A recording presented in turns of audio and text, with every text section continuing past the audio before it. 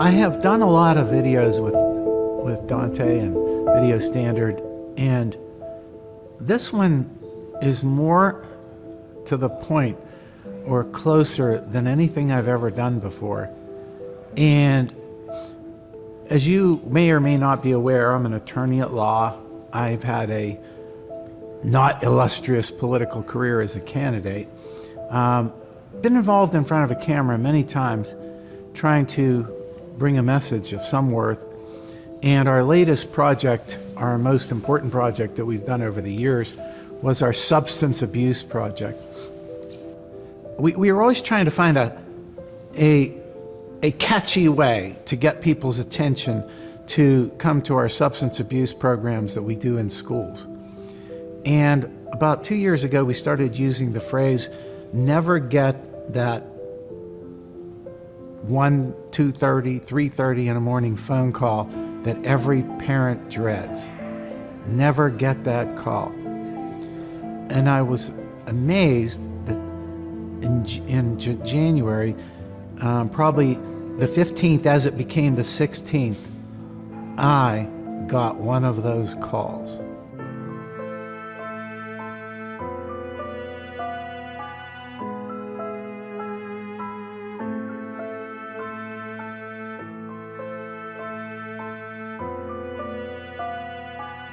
That was quite a night I'll never forget. That night, one of the biggest fears of my life came to be. We received a trauma call that there would be a few victims coming in.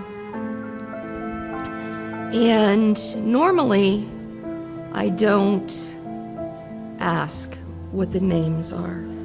We just get the trauma victims. We know approximately their age, their injuries, and they roll through our door. But that night, something prompted me to ask where the victims were coming from and if we had identities yet. And I was told that one of the victims was Alexander Papa. And my heart sunk. Oh my God. And that was my first reaction. And I'll never forget, it was a family member yelling that my grandson had been in a car accident.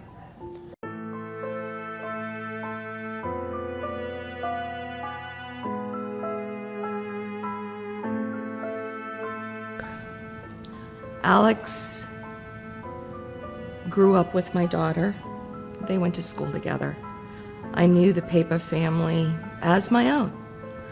We celebrated occasions at school, birthday parties, and Alex's father was my daughter's first mentor in cross country. So I had to reach very deep that night to tuck away my emotions and do what I do. Be that best critical care nurse that I can be. It was very hard. And I actually had to leave the unit for a few minutes to get myself together in lieu of Alex rolling onto our unit.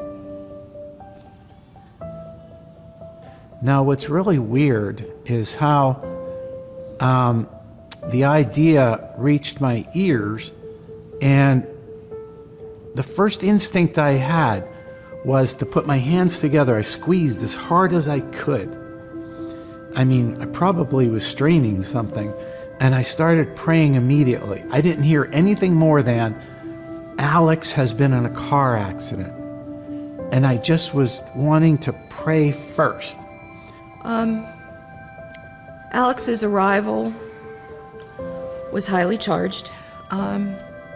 My colleagues knew that this was a dear friend, like a son to me. What we do is we gather in teams in the rooms and take care of our patients. And we knew Alex was very sick.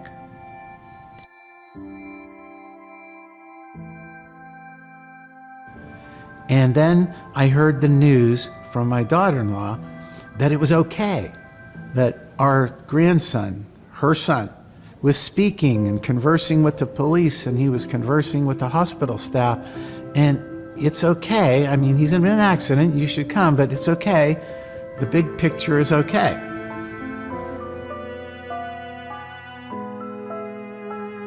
He was at death's door, I believe. Alex was broken in many areas. He had extensive leg injuries with visible bone sticking out from his femur. He had extensive arm injuries extending through his elbow. He had, at that time, brain injury, and he had severe a burst fracture of his vertebrae, making his spine very vulnerable to injury. What happened next was I'm looking at my watch because I'm an attorney and I've got a full schedule, and I'm hearing from the family that he's just been in surgery now, I think 3 or 4 or 5 surgeries, maybe not all on the same day, but they indicated that he'll be coming out. Then of course they take you to the recovery room, and after you're in the recovery room, then you come out of the anesthesia and you can talk to him. I did feel at points the fear creep in that we could lose him. Well, burst fractures can be disintegration and or fragmentation. Alex had both. His were very, very tenuous, it was a very dangerous thing to have. At one point, we kept encouraging Alex not to move. I physically grabbed Alex by the shoulder. We locked eyes, and I had to tell him that he could not move for fear that he may never walk again. What happened next was really scary. He didn't come out and go to the recovery room. And my kids, okay, who probably are trying to protect me from being scared, aren't telling me what I found out later. Medically, during the time of, I call it the dark period of Alex, where he was not really responding as he should, we ran every test imaginable with inconclusive reasons why Alex wasn't waking up. We were quite worried because he wasn't processing pain in a normal way, which we feared for the worst, which would be permanent brain injury. It was a very low period for the medical team because we didn't have answers, and we didn't have answers for the family. It was a low period for ourselves because we had to lift ourselves up to continue to be those cheerleaders for Alex. I started piecing it together and getting my own information because the kids were trying to protect me, I'm sure. And so I'm an attorney at law. I run my own business, my own office. So I'm going through that guilt trip again. All the time you've ever wasted in your life, you could have been more with Alex, and here we are now, we might lose him. Or we may have lost him already and he might never come back. So I would go to work, and I have clients, and I would be taking my calls and looking at my deadlines and looking at my watch, and after a while it would get to me. Sometimes it'd do better than other times, depending on how busy I got. But it would get to me that Alex may not be alive by the time I get to the hospital, and you're down here doing this. You just sacrificed your whole adult life, and your family is always second. And that would make me get in the car and I'd head to Ohio. Throughout the night, as Alex was under our care, we rushed off to CAT scans, to MRIs. We drew countless labs. We had orthopedics in there, splinting and stabilizing limbs. We reached out to the family at that time, and his mom was present to come in and see him that night. He needed that emotional connection with family. He was very critical. And I would go to Ohio, and I would walk into that room, and I would go down the elevator, and I would walk toward, they have a room where the family on critically injured persons, they have their own little waiting room.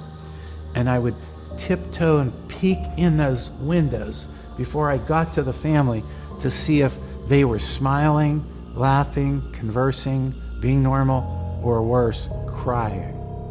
I couldn't stand to call somebody and ask, how's he doing? I would come and peek into that waiting room. And every time I peek in that waiting room, no one was crying. So I kept on counting my blessings. No one's crying. No one's doing high fives either, but no one's crying. Day after day after day after day. And it seemed like every day we started to make a little progress. The first progress was that one of his toes moved. The second one was when they shined a light in his eyes, his pupils had expanded and dilated. Before his eyes were rolled back, we couldn't even see, his eyes. Then the big day, though, was when Cheryl Gullup, a friend of our family and the chief trauma nurse, said that Alex's eyes opened and they were tracking her. So that meant that he was starting to recover, but then we didn't know how far he would recover, whether he'd have personality changes or whatever. And it just seemed like that, the days started to go faster, and here we are.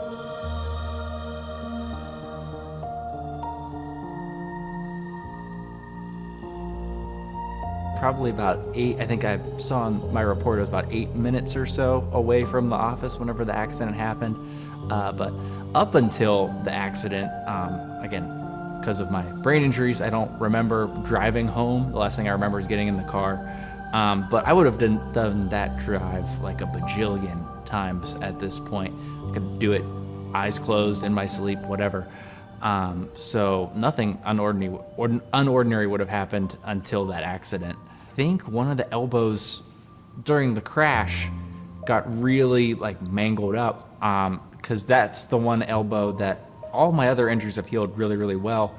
But the last time I was at the hospital, that's the one where the bone hasn't healed all the way yet. And after the accident happened, the next thing I really remembered was when I woke up in the hospital. I kept going in and out of coherent consciousness. So there are a lot of very interesting hallucinations and dreams that I have from that. But I don't actually remember exactly when I started remembering again, as weird as that sounds. It's miraculous. Alex is the Alex we know and love. His personality's there. His quirky sense of humor is there. And it can't be explained by textbooks. It can't be explained by anything but a miracle. Medicine does great work. Our team of doctors were phenomenal. Our medical crew. My Lord, we had people putting cologne on Alex and shaving him and doing his hair and all the extras that we do that families, it's not portrayed anywhere, but we do it out of love and caring for our patients. But to see him back with his family, in his community, doing what he loves, returning to the life he had wanted for himself, it's phenomenal. And to think that it could have all been taken from him. But he's back. And that's why I continue to do what I do, to see the miracles like Alex, and to know that he's going to be okay and he's going to live his life, and that he has overcome it, and he will be the ripple of greatness in this world. And it's nothing short than an amen, and nothing short to attribute to family, the love of family, and the power of prayer, and the strength that Alex drew up within himself through his upbringing, through his life, through who he is. And I always told Alex, I look forward to the great things you're going to do. And your purpose is destined. There's no believing about it. There were so many people praying for me, which again, I'll forever be grateful for. But so many people. And I could easily just see that by how many cards I got in the hospital and the mail. Even recently, I've still gotten a couple of cards now that I'm back at my apartment. And I think that honestly, it's a lot of it has to do with mindset. And I feel like everyone's collective mindset was going towards me being well and being healed. I'm here to tell you that never get one of those phone calls. Do everything you can to not get one of those phone calls. I did, and I still got one of those phone calls. Life goes on and it comes and goes to whoever. But pray that you never get one of those phone calls. Really what I've gotten from all of this is I have no business still being here. And I mean that in the way that, for all intents and purposes, after seeing the condition I was in, after seeing the way the car looks, it's a miracle that I'm here. And there's really no other logical explanation I can come up with for why I'm still here. I'm very grateful that I'm still here, obviously, but there isn't any real logical explanation, at least not a satisfactory one, that explains why I'm still here.